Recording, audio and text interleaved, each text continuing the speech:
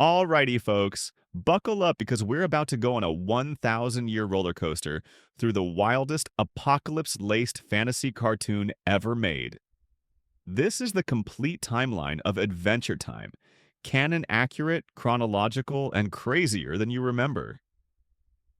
We'll start long before Finn and Jake ever went adventuring, back when a magical crown and a mushroom war changed the course of history.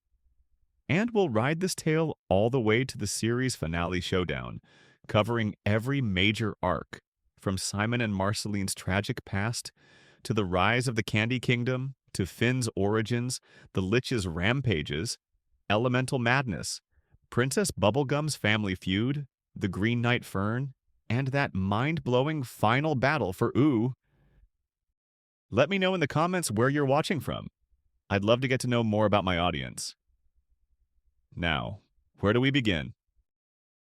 Our story begins ages ago, when the land of Ooo wasn't Ooo at all, but just plain old Earth, and not even an apocalyptic wasteland yet.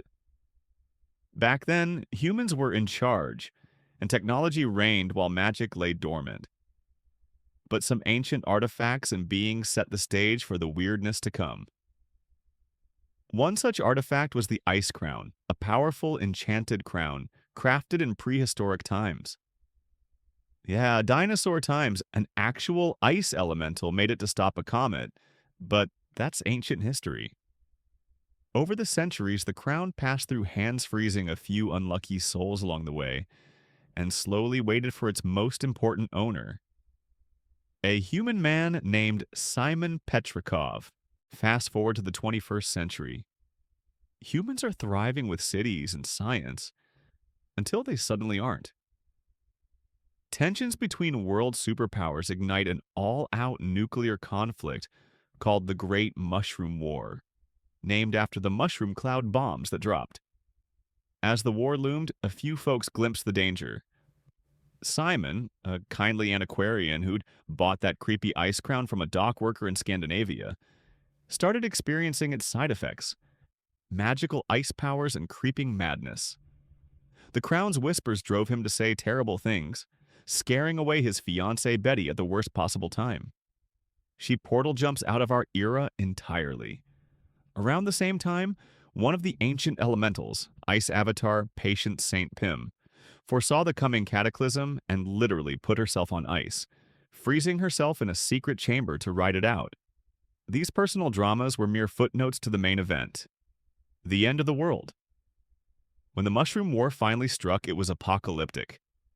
Imagine multiple nukes obliterating civilization. Cities flattened, nearly all humans wiped out. The planet itself was scarred. A giant chunk of Earth was blown clean off, leaving a massive crater in its place. The skies blackened with the nuclear winter. In the chaos, that mutagenic mushroom bomb unleashed bizarre consequences. Magic flooded back into the world, and an ancient evil awoke. From the bomb's green fallout emerged the Lich, the literal embodiment of death and destruction. Picture a skeletal horned monster whose only goal is to extinguish all life. That's the Lich, born in the Mushroom War's flames as the ultimate war baby. Humans died by the millions in an instant, and those who survived the blast faced radiation, toxic fallout, and roving mutants in the wreckage. In one day, Earth went from modern society to post-apocalyptic nightmare. The bombs may have stopped, but the danger was just beginning. The war's aftermath was brutal. Most survivors succumbed to radiation sickness or fell prey to mutated monstrosities that sprang up immediately. Think gooey oozers and freakish mutant creatures hunting down anything alive. In this hellscape, a few resilient humans managed to cling to life. The key among them was our man Simon Petrikov. Ironically, the same ice crown that destroyed Simon's sanity also saved his life. Its magic kept him alive through the nuclear fallout when most regular people died.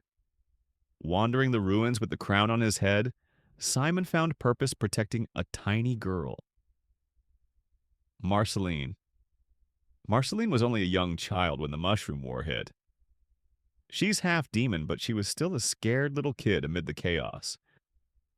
Her human mother, Elise, did her best to keep Marcy safe in the early aftermath. They wandered the blasted land for a while, but sadly, Elise fell ill, likely radiation poisoning from the fallout, and died within a year of the war. Alone in the wreckage, little Marceline would have been doomed, if not for Simon. About 5 years after the war, Simon discovered Marceline hiding in a ruined city.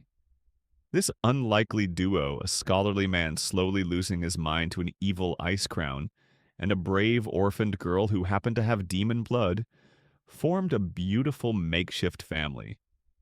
For a few years, Simon and Marcy traveled together through the devastation. Simon cared for Marceline like a daughter, scavenging what he could, even finding her a beloved teddy bear, Hambo. He used the Ice Crown's magic to protect her from dangers, but every time he put that crown on to wield its power, he lost a bit more of himself. As seen later in their diaries and flashbacks, Simon wrote apologies to Marceline, terrified of the day he'd no longer remember her. One heartbreaking scene shows Simon comforting Marcy in the ruins, singing the Cheers theme song to cheer her up. Yep, that happened, and yes, it makes everyone cry. But the crown's curse worsened. Simon started having violent outbursts and incoherent episodes. Around 5 years after Mushroom War, realizing he might eventually hurt Marceline, Simon made the gut-wrenching decision to leave. He abandoned Marceline for her own safety as his sanity slipped, wandering off to gradually become the eccentric Ice King we meet later. Little Marceline was now alone again, but she wasn't helpless. By 10 years after Mushroom War, Simon was long gone, and Marceline was taken in by her dad, Hunson Abadir. That didn't last. Hunson, being a demonic weirdo, tried to bond by eating Marceline's French fries, which led Marcy to banish him back to the Nightosphere in a fit of teen outrage. Marceline struck out on her own, and over the coming years she became a true survivor and a vampire hunter. Yes, on top of everything, vampires were roaming the land. Marceline made it her mission to destroy these bloodsuckers. She was really good at it, earning a scary rep as the vampire queen. In fact, about 15 years after Mushroom War, Marceline had her defining showdown. She wiped out the last known vampires on Earth to protect a crew of human refugees. In doing so, however, she got bitten and turned into a vampire herself. Immortal, perpetually a teenager, and now truly the vampire queen. It was a bittersweet victory. Humanity would be safe from vampires, but Marceline was stuck with sundown allergies and a diet of red forever. Meanwhile, what happened to the rest of humanity? Scattered groups survived here and there. One band of humans, led by a brave man called Two-Bread Tom, decided that Earth was too dangerous. Marceline helped to protect Two-Bread Tom's tribe from the last vampire attack, and watched them load up into a big freighter ship. This ship became a lifeboat for humankind. They set sail from Ooo and headed across the ocean, searching for a safe haven. They eventually founded a new home on a distant archipelago of islands far from the war's epicenter. These became known as the Founders' Islands, where humans could live peacefully. They even built a giant guardian robot to protect the islands from outsiders. So, thanks to Two-Bread, Tom and Marceline's heroics, a remnant of the human race, escaped the madness of Oo and continued on in isolation. In Oo itself, however, humans basically went extinct over the next few decades. By Marceline's account, she thought she and Simon were the only people left after the war. She wasn't entirely wrong. Aside from mutated humans hiding underground and a few wanderers, humans were almost wiped out in Oo. Despite the horrors, life found a way to begin anew.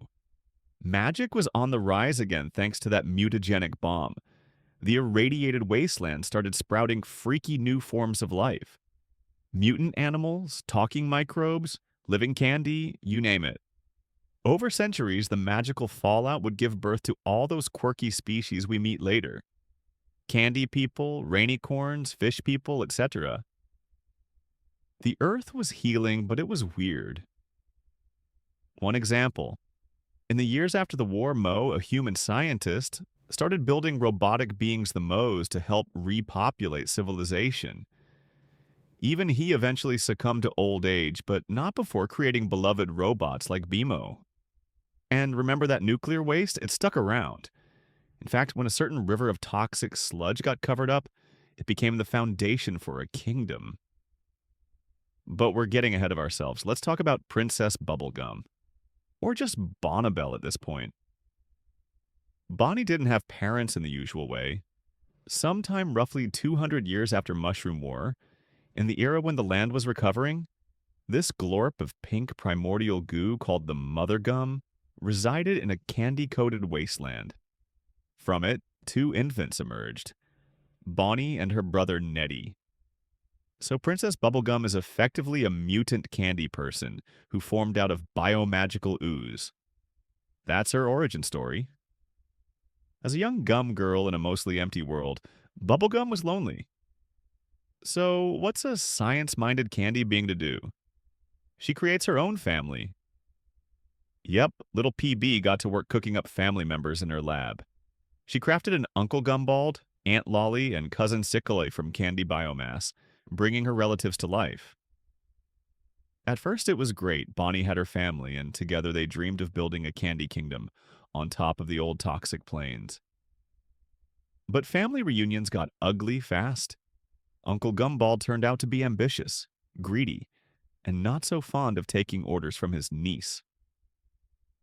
While PB wanted a cute candy town, Gumbald wanted to build a sprawling candy empire. Their visions clashed, and Gumbald secretly plotted to usurp the princess and take power for himself. He even invented a potion, the infamous Dum Dum Juice, a pink serum that could dumb down candy people into obedient simples. Gumbald's plan was literally to turn Bubblegum into a smiling idiot so he could run the show. It didn't go as planned for anyone involved.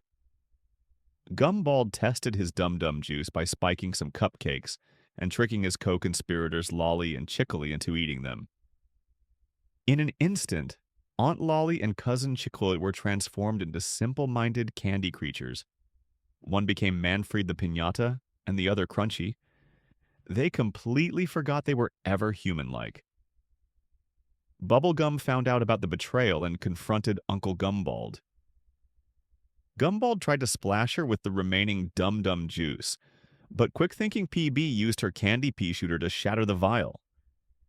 Cue the karmic backlash. The serum rained down on Gumbald himself and poof, he turned into an unintelligent talking punch bowl. So much for Uncle Evil. The young PB was furious and hurt by her family's treachery, but in a twisted way, she got exactly what she wanted. Her uncle, aunt, and cousin were now harmless candy people who would never betray her again. Bonnibel went on to found the Candy Kingdom with literal gumption. Over the next 800 years or so, she built a thriving kingdom of candy citizens. Some likely created using the Dum Dum Juice to keep them obedient. She kept her candy family, Punch Bowl, Piñata, Crunchy, around in their transformed states, essentially sweeping that dark family history under the rug for centuries. But Gumbald wasn't gone for good. We'll come back to this sticky family feud in due time. Elsewhere in OOO's recuperating landscape, other new societies popped up. Remember that toxic river we mentioned? In Shoko's story, a one-armed adventurer girl named Shoko tried to steal an amulet from young PB during the early Candy Kingdom construction. Shoko fell into a pool of toxic waste at the site and mutated horribly. PB covered up the irradiated pond, essentially building her candy castle right over it. Shoko didn't survive, but her skeleton and the discarded amulet eventually sprouted into a weird tree, which, fun fact, would centuries later become Finn and Jake's treehouse. Everything in Adventuretime is connected, folks. By around 300 to 800 years after Mushroom War, the Land of Ooo was a very different place than pre-war Earth. New species and kingdoms arose. There were elemental kingdoms tied to the four elements. Candy ruled by Princess Bubblegum, Fire Kingdom ruled by flame beings, Ice Kingdom frozen wastelands eventually ruled by the Ice King, and Slime Kingdom. There were also places like the Nightosphere, the Demon Dimension, accessible via portals, and Mars became a hub for weird cosmic beings. Magic users like Magic Man, a Martian turned crazy wizard, were exiled to Earth too. Ooh even had visits from cosmic entities. Hunson Abadir, Marceline's dad, would occasionally pop in to devour souls, and Golb, the Chaos God, snatched Magic Man's wife Margles, which drove Magic Man insane. The important thing is, Ooo was full of magic and monsters, but it lacked humans. One hero did rise in the interim, Billy, the legendary warrior. By around 900 years after Mushroom War, as evil began creeping back, Billy became the protector of Ooo. He was a giant buff warrior with a noble heart. Billy's biggest achievement? Defeating the Lich, or so it seemed. Long before Finn's time, Billy battled the Lich and imprisoned him in amber inside the Candy Kingdom's giant tree. Billy essentially put the Lich on ice for centuries, saving Ooo from annihilation. After that, Billy retired as a hero and became kind of a hermit. Still, people hailed Billy as the greatest hero who ever lived. Also around this era, PB created her first official candy person, the one and only Earl of Lemongrab, a sour, lemon-headed weirdo who would cause a lot of screaming down the line. Ooo was now dotted with various settlements and characters doing their thing over the centuries. Tree Trunks, an adventurous little elephant, journeyed across the land getting married a few times and eventually settled in a peaceful apple orchard in Ooo. Marceline roamed as a lonely vampire queen, at one point dating a jerk wizard named Ash, whom she dumped when he sold her beloved teddy bear, Hambo. Life in Ooo carried on in a relative equilibrium of weirdness for a long time. Now we arrive about 1,000 years after the war, when our main heroes are born. First up, Finn the Human, the star of the show, literally the last known human in the Land of Ooo. So, what's Finn's backstory? Grab some tissues. It's equal parts heartwarming and heartbreaking. Finn was born to Minerva Campbell and Martin Mertens on an island far across the sea. That's right, Finn is not originally from Ooo. He was born on Hub Island, one of those human colonies that Two Bread Tom's people founded after the war. Minerva was a kind-hearted doctor, and Martin was a lovable rogue. A bit of a troublemaker and swindler, but deep down not a terrible guy. Baby Finn had a short but happy infancy with his parents. But when Finn was just a toddler, things went very wrong. Martin managed to make some unsavory enemies called the Widow, a sort of crime lord on the island, due to his con artist ways. One fateful night, the Widow and her goons attacked the Mertens' house to collect their debt. In a panic, Martin grabbed little Finn and fled to the ocean on a makeshift raft. His plan was not to permanently leave.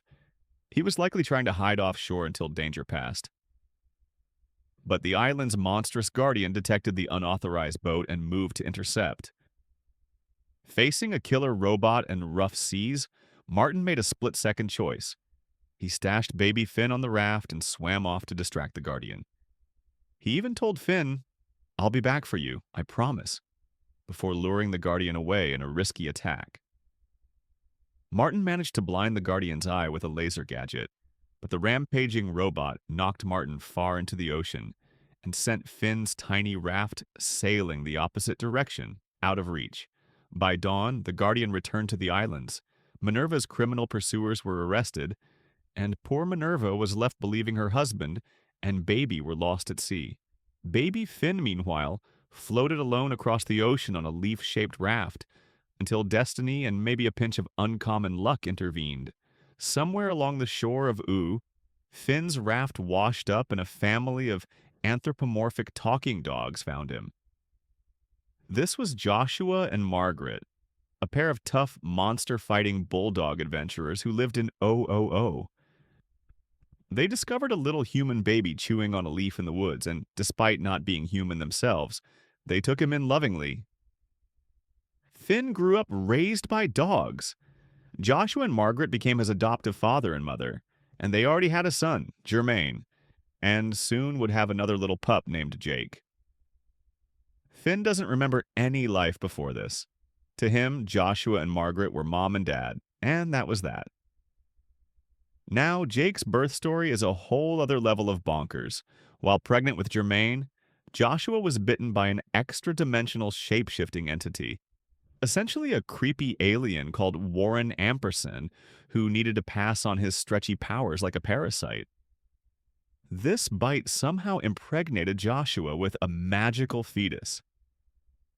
Joshua gave birth to Jake the dog, a pup with magical shape-shifting abilities, around the same time Margaret gave birth to Jermaine. So Jake is biologically Joshua's son and genetically part alien. The dog parents raised Finn and Jake together as brothers, despite one being a human toddler and the other a magical puppy. Amazingly, it was a perfectly happy childhood. Finn was feral at first, and they found him in the woods, literally a messy baby who was pooping everywhere. But under Margaret's loving care and Joshua's training, Finn grew into a boisterous, heroic kid. He and Jake were inseparable as brothers, doing everything together. The family lived in Joshua's house, and Joshua taught the boys how to battle monsters from a young age. Finn developed a strong sense of justice and an intense desire to help others. It's just in his spirit. Tragically, Joshua and Margaret passed away when Finn and Jake were still young. The exact cause isn't shown, but they likely died honorably on an adventure, or perhaps from natural causes. Their older brother Jermaine, a bit more of a homebody, took over tending the family home. Finn and Jake, however, struck out on their own. They moved into a certain treehouse in the Candy Kingdom territory, the very same tree that grew from Shoko's mutated remains. The treehouse, filled with old-world artifacts and treasures, became the boys' bachelor pad and base of operations. Finn was roughly 12 years old, Jake in his early 20s. Together, they resolved to be heroes of Ooo, just like Joshua and Margaret taught them. Before we dive into Finn and Jake's adventures, one more prelude. What about Minerva, Finn's biological mom back on the islands? After losing her husband and son to the sea, Minerva Campbell was devastated. She poured her life into helping the remaining islanders as a nurse. Some years later, a deadly virus outbreak struck the human colonies. Many humans died, and Minerva heroically volunteered to upload her mind into a computer network to save everyone. She became an AI consciousness overseeing the islands, the Mind Minerva, creating thousands of robot clones of herself to care for people. The real Minerva's body was gone. Only her digital mind remained, always wondering what became of her baby Finn. This will be very important when Finn eventually finds his way to the islands, but for now, Minerva's story is on pause for a few decades. All right, back to Ooo. Now we have Finn and Jake, two best bud brothers living in a sweet tree fort, ready to take on whatever the Land of Ooo throws at them. Finn is the only known human in these parts. As far as he knows, he's the only human in the world, period. But he doesn't mope about it. He's a hyperactive, sword-wielding kid who wants to be a righteous hero. Jake, his shape-shifting dog brother, is more laid back and wisecracking, but always down for adventure.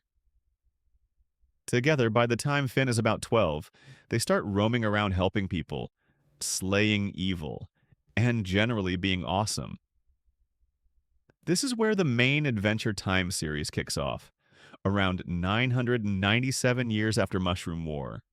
Early adventures in Ooo. When the series begins, Finn and Jake are basically Oo's freelance heroes for hire. Enthusiastic kids running toward danger with no hesitation. Finn sports a goofy white hat, a sword, and an endless supply of one-liners. Mathematical.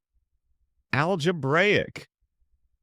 Jake uses his powers to grow, shrink, stretch into crazy shapes, and even turn into a living boat when needed. Their dynamic is pure best friend synergy. They live to crack jokes and high-five after every victory. During this period, Ooo is colorful and relatively lighthearted, but hints of its dark past poke through. Princess Bubblegum, now about 800 years old but looking 18-ish, rules the Candy Kingdom benevolently. She's an absolute genius, and Finn has a huge crush on her, initially. PB often enlists Finn and Jake's help to protect the Candy Kingdom's delightfully dim-witted citizens. At this point, nobody knows PB's traumatic family history. To Finn and Jake, she's the nice princess who occasionally needs monsters beaten up. Finn is smitten and would do anything for Peebles. One of the first major artifacts Finn and Jake stumble upon is the Enchiridion, a legendary hero's handbook. Finn literally fights through a mountain full of traps and gnomes to prove his worthiness and claim this book. The Enchiridion contains secrets of the multiverse. Another early adventure has them questing with an old elephant friend Tree Trunks to find the crystal gem apple in the evil forest. They succeed. Tree Trunks bites into the crystal apple and promptly explodes. Actually, she gets teleported to a crystal dimension for a while. Finn and Jake's attitude to these bizarre events is always go with the flow. Tree Trunks disappears? Oh well, we'll find her later. And they do, finding her ruling as a crystal queen and helping her return to normal. During seasons 1 and 2, the duo meets a bunch of characters who become important friends or foes. A big one, Marceline the Vampire Queen herself. When Finn is still a newbie hero, Marceline swoops in and scares the pants off him. She's a bass-playing, rock-singing punk vampire who can turn into a bat monster and levitate. Marceline playfully kicks Finn and Jake out of their treehouse. She claimed it was hers first in her debut, but it's more of a test than true malice. Soon, Marceline befriends the boys, showing a more sensitive side and bonding over music. Marcy and Finn form a sister-brother type friendship, often goofing around. She even gives Finn an old family heirloom battle scarab, and they jam songs like I'm Just Your Problem. Marceline's centuries of backstory aren't fully known to Finn yet, but little hints slip out. For example, in a quiet moment, Marceline sings a scratched, heartfelt fry song about her dad eating her fries. Finn has no idea that's a literal recount of her and Hunson's falling out, but we, the audience, feel the weight. Marceline quickly becomes a fan favorite and a core member of Finn's growing found family. Another key figure, Ice King. We know him as Simon Petrikov gone mad, but to Finn and Jake in these early days, he's just that creepy old wizard who keeps trying to kidnap princesses. Ice King is a tragically comic villain at this point. He's lonely and thinks forcing a princess to marry him will solve his woes, so he routinely swoops into the Candy Kingdom or other kingdoms and nabs princesses only to get beat up by Finn and Jake, who always save the day. Ice King is both pathetic and oddly endearing. He's got crazy ice powers, can fly with his beard, and writes fan fiction about his friends, but he's also just a sad, mentally ill guy with penguin buddies. Early on, he's mostly comic relief. Finn straight up punches Ice King in the face whenever he acts up, and Jake makes plenty of quips at Ice King's expense. No one yet knows that Ice King was once Simon, or that Marceline has a history with him. That revelation comes later in one of the most tear-jerking episodes ever, but for now, Ice King is the weirdo in a crown who smells like penguin poo. Finn and Jake also meet Magic Man, an erratic Martian wizard with a jerky sense of humor who turns people into body parts for laughs. They meet Hunson Abadir, Marceline's dad, when Finn accidentally releases him from the Nightosphere with a ritual. Hunson immediately tries to eat everyone's souls, naturally. Finn has to send him back, making Marceline upset initially. They meet Billy, the legendary hero who inspires Finn to be even more heroic. They also befriend Tree Trunks, candy people like Starchy and Cinnamon Bun, and the scientifically weird Susan Strong, a muscular girl from an underground tribe of fishy humans. All these early adventures establish Ooo as this vibrant place brimming with oddities. And Finn and Jake as the dudes who will help anyone, whether it's finding wolves in the forest or getting rid of a party god in your gut. However, dark times aren't far off. By the end of season 2, the show's tone takes a turn when the Lich, remember him? Big, skeletal evil sealed in amber, finally reawakens. This happens quite accidentally. Finn and PB's antics lead to the Candy Castle being blown up and PB getting temporarily de-aged to 13. In the chaos, the jar of sacred candy energy keeping the Lich's prison intact breaks. The Lich escapes his amber casing. This is a serious moment. The Lich is the ultimate evil, and immediately upon getting free, he almost kills Finn and Jake. In the two-part finale, Mortal Folly/Recoil, the Lich seeks to bring about the end of all life. Finn, showing remarkable heroism for a 13-year-old, chases the Lich down with only an enchanted sweater as a weapon. In an intense showdown, Finn slugs the Lich in the face with the power of friendship, which actually causes the Lich to crumble into dust. Finn seemingly defeats the Lich, saving Princess Bubblegum and the Candy Kingdom. Victory, right? Well, not so fast. The Lich is pure evil energy. Even in defeat, his essence can slither away. In this case, the Lich's spirit survives by hiding in the body of a tiny bystander, thus the snail. The snail, now possessed by the Lich, escapes unnoticed. So while Finn and Jake celebrate, the audience knows the Lich is still out there, biding his time inside a cute snail. Creepy. This lurking threat sets the stage for bigger showdowns later.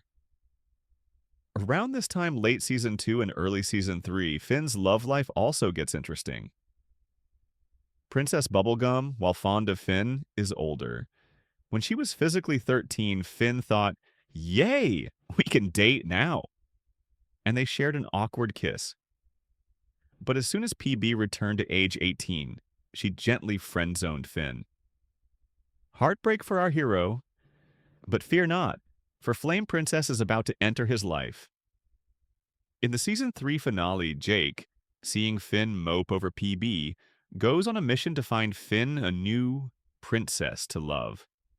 This leads them to discover Flame Princess, FP, a fiery young princess from the Fire Kingdom, locked away by her evil dad because she's emotionally unstable.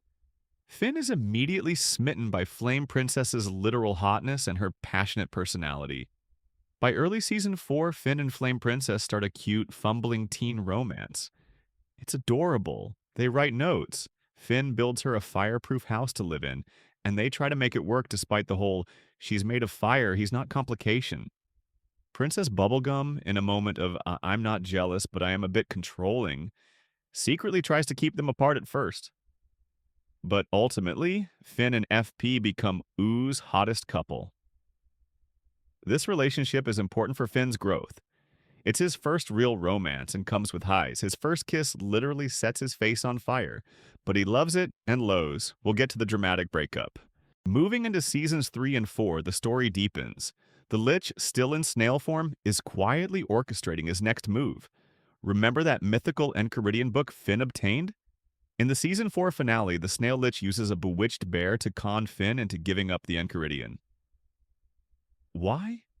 Because the Lich has a diabolical plan. The Enchiridion can act as a key to open a portal to Time Room, where an omnipotent wish-granting being resides. Through a series of events, the Lich-possessed snail kills Billy and puppets Billy's corpse to trick Finn and Jake. Disguised as Billy, the Lich manipulates Finn into placing the Enchiridion into Princess Bubblegum's energy machine, ripping open a portal in time-space. Finn is horrified too late. The Lich reveals himself and leaps into the portal, aiming to reach Prismo, the Wishmaster, and wish for all life to be eliminated. Finn and Jake dive in after him. And suddenly we are not in Ooo anymore. Finn and Jake end up in a white, floating time room with a chill magic being named Prismo. He's basically an omnipotent pink shadow dude who grants wishes, but always with a catch. The Lich is already there and has made his wish. I wish for the extinction of all life. Yikes! But Prismo's wish magic works in funky ways. He grants the wish by creating an alternate reality where the Lich's wish came true. In that reality, our reality ceases to exist, and Finn and Jake vanish from the time room. The screen goes white, and then we see an entirely new reality, one where the mushroom bomb never detonated and the Lich never existed. Welcome to the Farm World timeline. This is now the start of Season 5. In this alternate universe, humans never went extinct. The Mushroom War was averted by a twist of fate. We meet an alternate Finn, called Finn Mertens or Farm World Finn, living with family on a farm, no magic in sight. It's a Fallout-esque post-war society where life continued normally. Our Finn from Ooo is essentially replaced by this new Finn, as if he'd been born into this timeline. However, thanks to a loophole, our Finn manages to retain his memories and realize something's wrong. He eventually finds the Ice Crown in this alternate world's mines and wears it to gain the power to undo the Lich's wish. Yes, Finn basically becomes an Ice Finn, yelling crazy ice stuff until Farm World Jake distracts him. In short, Finn's wish to stop the Lich results in another wish. I wish the Lich never existed. This undoes the Lich's original wish and snaps everything back to normal in Ooo. Mostly. Finn and Jake pop back into existence in Prismo's time room, where Prismo congratulates them on surviving a wish ordeal. However, their actions inadvertently created a whole new timeline that now exists out there somewhere, with its own Finn. Also a tiny detail, a piece of the Lich fell through the portal into that alternate timeline. More on that much later. With the crisis averted, Finn and Jake find themselves hanging out with Prismo and his boss, Cosmic Owl, in the time room. They could technically make their own wish now. Finn, being a doofus 15-year-old at this point, wishes for an ancient psychic tandem war elephant. That doesn't quite work out as imagined, but before any more shenanigans, Prismo sends them home. The immediate threat of the Lich is over. Or is it? Because when Finn and Jake return to Ooo, they discover that while in the portal, something happened at the Citadel, a cosmic prison for the universe's worst criminals. They meet a Citadel Guardian who's wounded and oozing this weird pink blood. The Guardian's blood has restorative properties. And guess who got drenched in it? The Lich's physical remains, which fell into the Citadel when the portal opened. That pink goo permanently neutralizes the Lich, turning him into an enormous, harmless baby with no memory of evil. This baby, giggling and innocent, is later adopted by Tree Trunks and Mr. Pig, and named Sweet Pig Trunks. So the Great Lich ends up as an adorable giant baby who loves pancakes. Talk about a downgrade for the Lord of Terror. This twist is both hilarious and profound. The ultimate evil is undone not by violence but by the power of rebirth and innocence. However, the trip to the Citadel wasn't just about the Lich. Finn had learned that his long-lost dad Martin was imprisoned there. This was huge for Finn. Imagine the one other human blood relative he might have, alive after all. Finn went in hoping for a tearful reunion. Instead, he got a rude awakening. Martin Mertens turned out to be a selfish jerk. The guy had lost all memory of baby Finn, and once freed from his crystal cell, Martin was more interested in escaping than reconnecting. Finn chased Martin through the Citadel, begging him to stay. In the chaos, the Citadel Guardian was dying, and its blood was dissolving the place.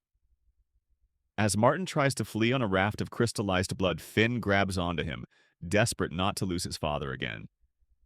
But Martin does not care. He's a coward at this point who hates being tied down.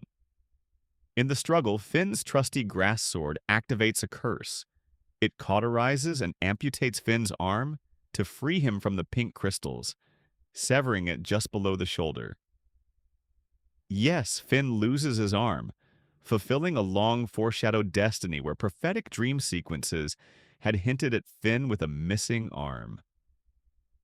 Martin escapes into a drifting escape pod and blasts off into space without a backward glance, basically telling Finn, "Sucks to be you, kid." This is a crushing moment for Finn. He saved his father only to realize his father is a scoundrel who abandoned him again, and he literally lost a limb in the process. Heavy stuff for a teen hero. Finn falls into a depression after this, but an unlikely rebound comes in the form of a tiny bee named Breezy and a party music-fueled healing process. During an episode of Coping, the stump of Finn's arm sprouts a small flower, and eventually, thanks to some magical bees, Finn's arm regenerates, but not as flesh and bone. It comes back as a grass arm, essentially reconstituting the cursed grass sword's magic into a functional new arm for Finn. Finn's got a grass prosthetic now which can shapeshift into a sword or other tools. This will have big repercussions later, but at least Finn's not one-armed for the moment. Now, while Finn was dealing with father issues, Jake had drama too. His alien parent, Warren Ampersand, eventually tries to kidnap him. Much later on, but let's keep chronological. Back in Ooo, life continues. The Candy Kingdom undergoes upheaval. Remember the bumbling king of Ooo?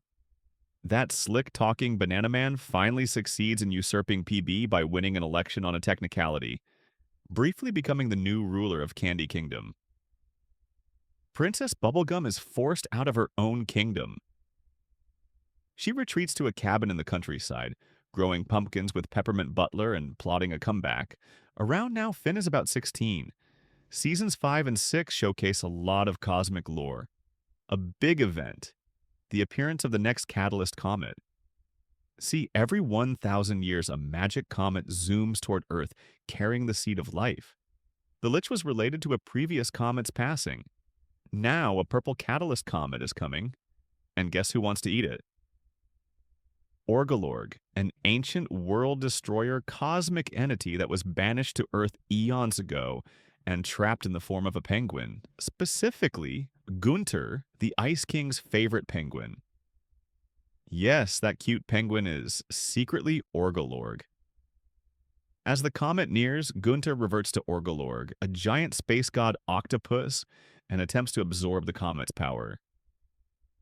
Finn and Jake and even Martin get involved in the wild confrontation in the comet. In an epic moment, Finn actually has a heart-to-heart with the sentient Catalyst comet itself, which offers Finn a chance to leave his mortal life and become a higher being. Finn declines. He's content being who he is on Earth. Martin, however, happily rides the comet out of the universe, basically ascending to a new dimension and disappearing for good. It's a surprisingly peaceful farewell between Finn and Martin, as Finn accepts that his dad will never be the caring parent he wanted. Meanwhile, Orgolorg's plan fails. The comet is diverted thanks to a heroic sacrifice by Mars's old rulers. The comet offers itself to whoever's around. Martin takes the deal and vanishes. Orgolorg is defeated and shrinks back to a powerless penguin. And Finn returns to OOO with a bit more wisdom. Let's not forget Simon and Betty amidst the cosmic stuff.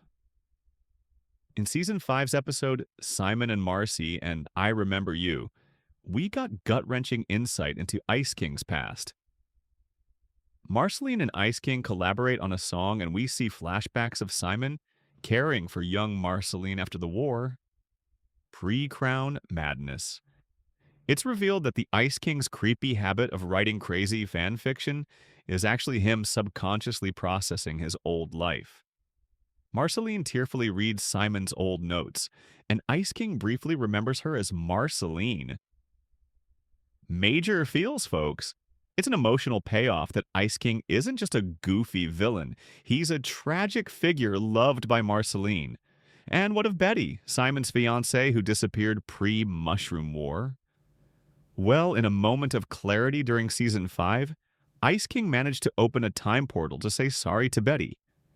Incredibly, Betty chose to jump through time into Oo's present rather than lose Simon again. So Betty shows up in modern OOOs, a regular human suddenly thrown into this craziness. Unfortunately, Simon couldn't stay sane. He had to put the crown back on to survive, turning back into Ice King and forgetting Betty almost immediately. Betty, now stranded in the future, made it her mission to cure Simon of the crown's curse at any cost. Over Seasons 6 to 9, Betty studies magic. At one point, Betty even absorbs Magic Man's powers and madness, becoming a bit unhinged herself in her pursuit to save Simon. She plays a crucial role in the endgame. Now we hit some miniseries arcs. Season 7 gives us Stakes, an 8-part saga diving into Marceline's backstory and resolving her vampirism. Princess Bubblegum, who has since quietly overthrown the idiot King of Ooo and taken back her, wants to help her old friend Marceline. PB and Marceline have slowly rebuilt their friendship. In Stakes, PB invents a cure for vampirism, and Marceline agrees to give up her vampire essence to finally age normally and maybe have a shot at a humanish life. The cure works. Marceline's decades-old bite marks fade, and she becomes mortal again. But, the vampire souls that Marceline had absorbed centuries ago are released and reincarnate into their old bodies. The 5 big bad vampires of the past, including the Vampire King himself, return thirsty for blood and chaos. This is a huge problem for Oo's residents, who haven't seen vicious vampires in centuries. Marceline, now depowered, must team up with Finn, Jake, PB, and even the distractingly peppy Peppermint Butler to hunt these vamps down again. Throughout this adventure, we get rich flashbacks of Marceline's youth. We see how she originally hunted each vampire with her trusty hat and crossbow, earning her Vampire Queen title. We see young Bubblegum teaming up with Marceline at one point to slay a huge hierarchy of vampires, hinting at their intimate history. There's even a scene of a post-war Marcy and PB driving a boat car and singing, "Everything Stays." In the present, one by one, Marcy and crew take down the resurrected vamps. Highlights. Jake gets turned into a vampire gnome temporarily, and Merixie faces her old nemesis, the Vampire King. The Vampire King, interestingly, decides to evolve rather than fight. He lets Marceline reabsorb his power and himself turns into a vampire lion. In the end, Marceline is forced to become a vampire again to stop the last of them. It's bittersweet. She regains her immortality and powers, but she comes to terms with who she is. As a consolation, she and PB grow closer than ever after PB nearly dies protecting Marcy. By the end of Stakes, Marceline is back to being the vampire we know, but now she's content. She has her friends, and she knows she's loved. After Stakes, Ooh faces an elemental crisis in Season 8's Islands and Season 9's Elements arcs. But first, Islands, which addresses the biggest lingering question: what happened to other humans? And will Finn ever meet more of his kind? Susan Strong, remember her, the super strong, fish-like woman from the underground? Starts regaining memories of her past and knows something about Finn's human origins. Mysterious founders Island Technology, and a beacon lead Finn, Jake, BMO, and Susan on a voyage across the ocean to find the human colonies. This mini-series is a goldmine of lore. Finn finally meets other humans, the descendants of the ones who left OOO. The humans live on a series of islands, each with its own quirk. Finn encounters Dr. Gross, a cyborg scientist who had been augmenting humans. Finn helps free Susan from her implant, restoring her true self. They eventually reach Founders Island, Finn's birthplace. Here, Finn has an emotional reunion with Minerva, or rather thousands of Minerva robots all sharing the mind of his mother. Minerva's AI has basically become the caretaker of the island's populace, and she's revered almost like a living program. When Finn shows up, Minerva is overwhelmed with joy. Through a VR hookup, Finn speaks with his real mom's consciousness. It's an incredibly touching moment. Minerva gets to see her son as a heroic young man, and Finn gets the mother's love he never had growing up.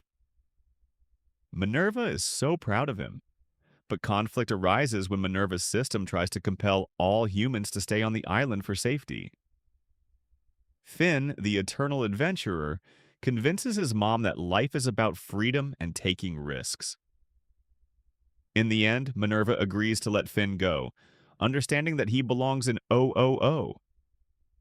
Finn offers to take any humans who want to come back with him, but most are too scared to leave their utopia. However, Finn's voyage does inspire some change. Minerva's perspective is broadened, and some younger humans express curiosity about Ooo. Finn says goodbye to his mom and sails back home with Jake and Susan. Finn has now achieved something monumental. He found his people and got closure about his heritage. This makes him more confident than ever in who he is. Finn the human. Upon returning to Ooo after the island trip, our heroes find an elemental catastrophe underway. Remember Patient St. Pim, the ice elemental who froze herself pre-war? She woke up after 1,000 years and tried to get the current elementals to fulfill a goofy plan of hers. They refused, so Patience decided to force an elemental rebalancing. She concocted a mega spell that turned the entire Land of Ooo into a patchwork of elemental realms. By the time Finn and Jake get home, it's chaos. The Candy Kingdom has expanded across half of Ooo, turning everything and everyone into saccharine candy people obsessed with happy thoughts. Another part of Ooo has become an ice kingdom blanketed in snow and depression, another region a fire kingdom of rage, and another a slime kingdom of pure, uncaring goo. Finn finds himself candyified. Jake gets turned into a giant blue gelatinous monster. It's bad. The only one immune is our wildcard hero, Lumpy Space Princess, who we'll call LSP. LSP's anti-elemental lumps act as a counteragent to the elemental magic. By a stroke of cosmic destiny, LSP is technically the fifth element, anti-elemental matter, making her the key to undoing this mess. The Elements miniseries is a trippy adventure where Finn and Jake, once decandified by LSP's lumps, travel through each element domination zone trying to fix their friends. They find Ice King reverted to Simon's personality but still with his crown, PB turned into a creepy pink candy elemental obsessed with spreading joy, Flame Princess as a towering magma titan of wrath, and Slime Princess as a relaxed ooze creature. Patient Street Pim is cackling, thinking she created a utopia of pure elements, but it's obviously unsustainable. Ultimately, LSP utilizes her lumps to lumpify the entire realm, negating the elemental spell and returning everyone to their normal forms. Ooo is restored, hooray! But, twist, the after effects of LSP's anti-magic do more than just revert the land. Remember PB's candy relatives? Uncle Gumbald, Aunt Lolly, and Cousin Chick-fil-A, who had been stuck as Punch Bowl, Pinata, and Candy Ball for 800 years, get lumpified back into their original selves. The lumps basically canceled PB's Dum Dum Juice spell from long ago, so suddenly Gumbald and co. are back, fully intelligent and very angry at PB. They quietly slip away to scheme vengeance, setting up the final arc. Also in the midst of the elemental chaos, Betty had made a power move. She stole the new Farm World Enchiridion and, during the element apocalypse, used it to cast a crazy time spell. Betty's goal? Rewrite history so Simon never puts on the crown in the first place. She actually succeeds in opening a time portal and starts changing things in the past. But Ice King jumps in at the last second, messing up the spell. The result? Betty's spell backfires and she is transported to Mars instead, foiling her plan to fix Simon. This leaves Betty stranded on Mars with Normal Man and banding together with him for knowledge. With elements resolved, Finn and Jake handle a few smaller but significant quests. 1. Jake learns the truth of his alien blood when the shapeshifter Warren Ampersand kidnaps him to a far-off planet.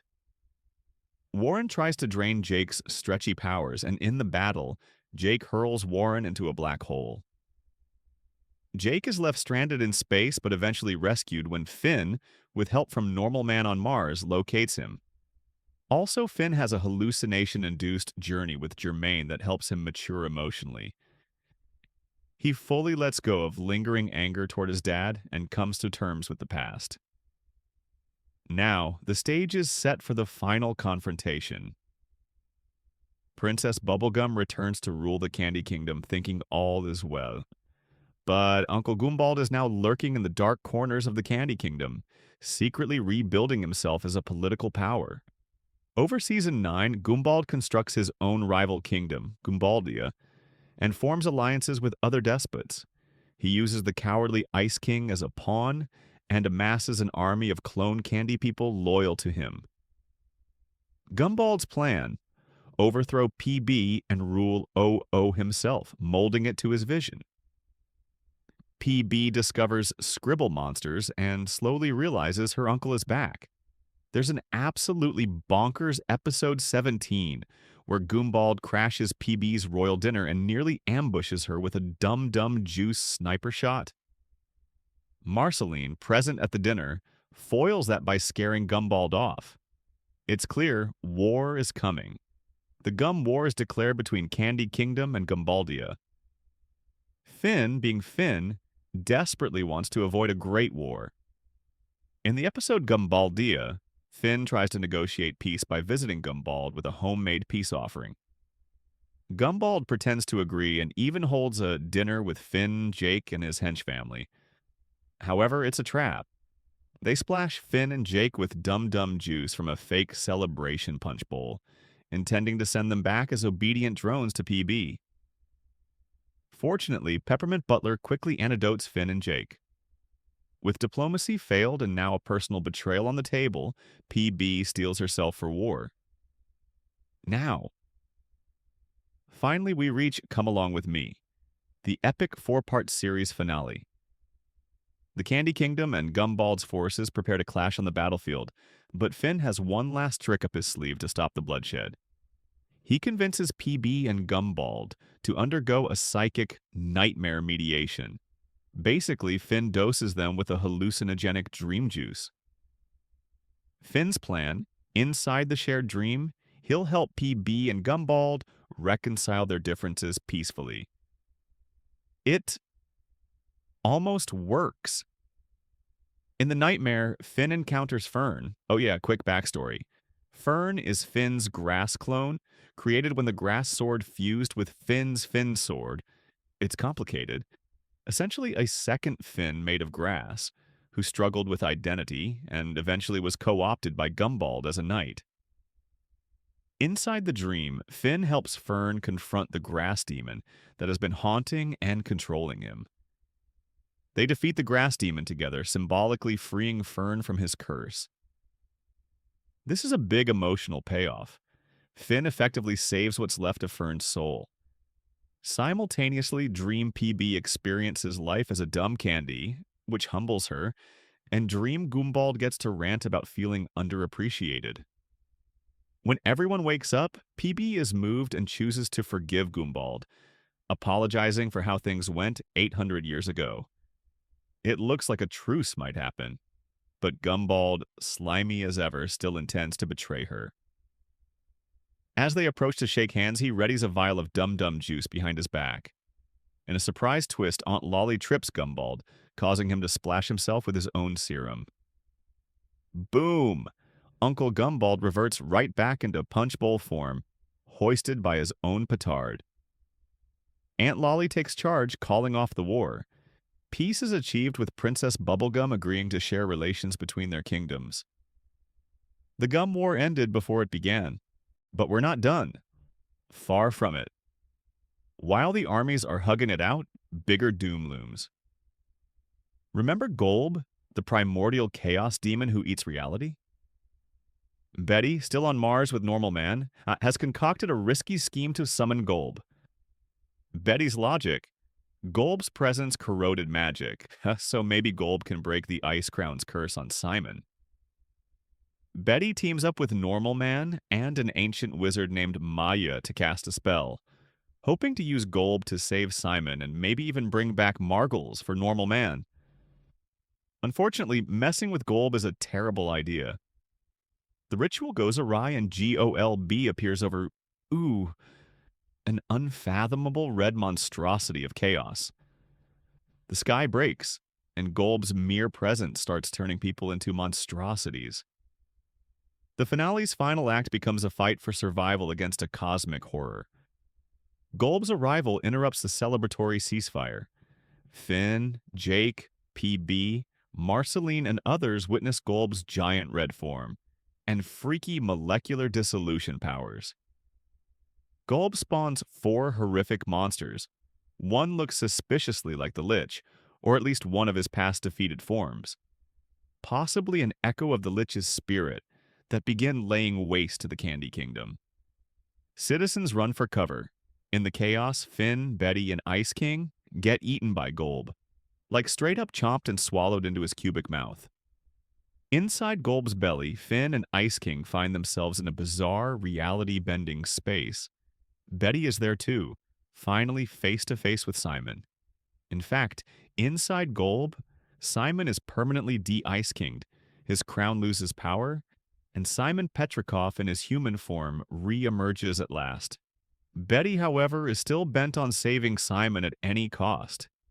The Ice Crown itself is in there with them, and it gets transmogrified by Golb's energy into a raw form, what they call the Kingdom Crystal. Whoever wears it can now have their one true wish fulfilled. Betty tries to put it on to wish Golb away and save Simon. But here's the kicker. Betty's truest wish isn't what she consciously thinks.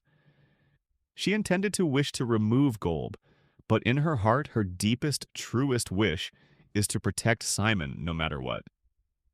Thus, the crown's magic, acting on that wish, causes Betty to fuse with Golb. Essentially, she becomes one with the chaos deity, inextricably binding her fate to saving Simon. In doing so, Golb plus Betty, let's call this new entity Golb Betty, spares Simon and spits him and Finn out safely. Golb Betty then departs, vanishing into the ether since her wish was technically to remove Simon from harm. It's a bittersweet ending for Betty. She did save Simon, but at the cost of sacrificing herself, becoming a cosmic entity, presumably wandering the stars. Simon is heartbroken but alive and free from the crown at last. Meanwhile, outside, the heroes and citizens fight Golb's monsters with everything they've got. It's the most epic battle in Adventuretime history. PB and Marceline fight side by side. Flame Princess unleashes fire. Even Bimo and Nepter, the never-forgotten pie-throwing robot, join in. One monster obliterates Finn and Jake's treehouse, smashing it to twigs. In the heat of it all, who comes to the emotional rescue? Bimo. Our little robot friend sings a simple song, Time Adventure, about the elasticity of time and friendship. This song magically harmonizes the beings of Ooo. It's a beautiful moment. Everyone from Marceline to Flame Princess to Lemon Grab start singing together in unison. The power of their harmony actually weakens Golb's monsters. As Golb Betty leaves, the havoc ends and the monsters dissolve. Ooo is saved by the power of music and togetherness, a wonderfully adventure-timey resolution. In the aftermath, Shermie and Beth find what's left after the battle. Most notably, Fern, who fought bravely but was mortally wounded by one of Golb's monsters, finally collapses beneath the treehouse rubble. In his final moments, Fern makes peace with Finn. His plant body disintegrates into a small seedling shaped like the Finn sword. Finn and Jake plant this seed at the spot where their old tree fort stood. Instantly, it grows into a magnificent new tree, a swirly, spire-like tree, reminiscent of their old home but different. And from one of its branches grows a mysterious new sword. It's a symbol that though things change, the spirit of the heroes lives on. Finn has effectively laid his alternate self, Fern, to rest, and something beautiful came of it. The war is over, peace is restored. Princess Bubblegum and Marceline share a tender kiss amid the wreckage, finally confirming their love after centuries. Jake is reunited with Lady Rainicorn and their half-Rainicorn pups. Simon, free of the crown, begins adjusting to life as a regular human. He has to navigate this new world and mourn Betty's loss, but Marceline is there to support her old friend. Many candy people rebuild the Candy Kingdom. Even Lolly becomes an ally. The humans from the islands, hearing of Golb's departure and perhaps inspired by Finn's journey, eventually send emissaries to Ooo. One scene in the finale's closing montage shows human ships and airships arriving, meaning after 1,000 years humans and Ooyans reconnect at last. And with that, we conclude the timeline. From a world destroyed by war to a world reborn in candy and magic. From Simon's tragedy to Simon's salvation. From Marceline's loneliness to Marceline's love. From Finn's birth on an island to Finn becoming the greatest hero of the land. It all comes together. As BMO's song says, time is an illusion that helps things make sense. In other words, every moment, every adventure will forever live on in memory.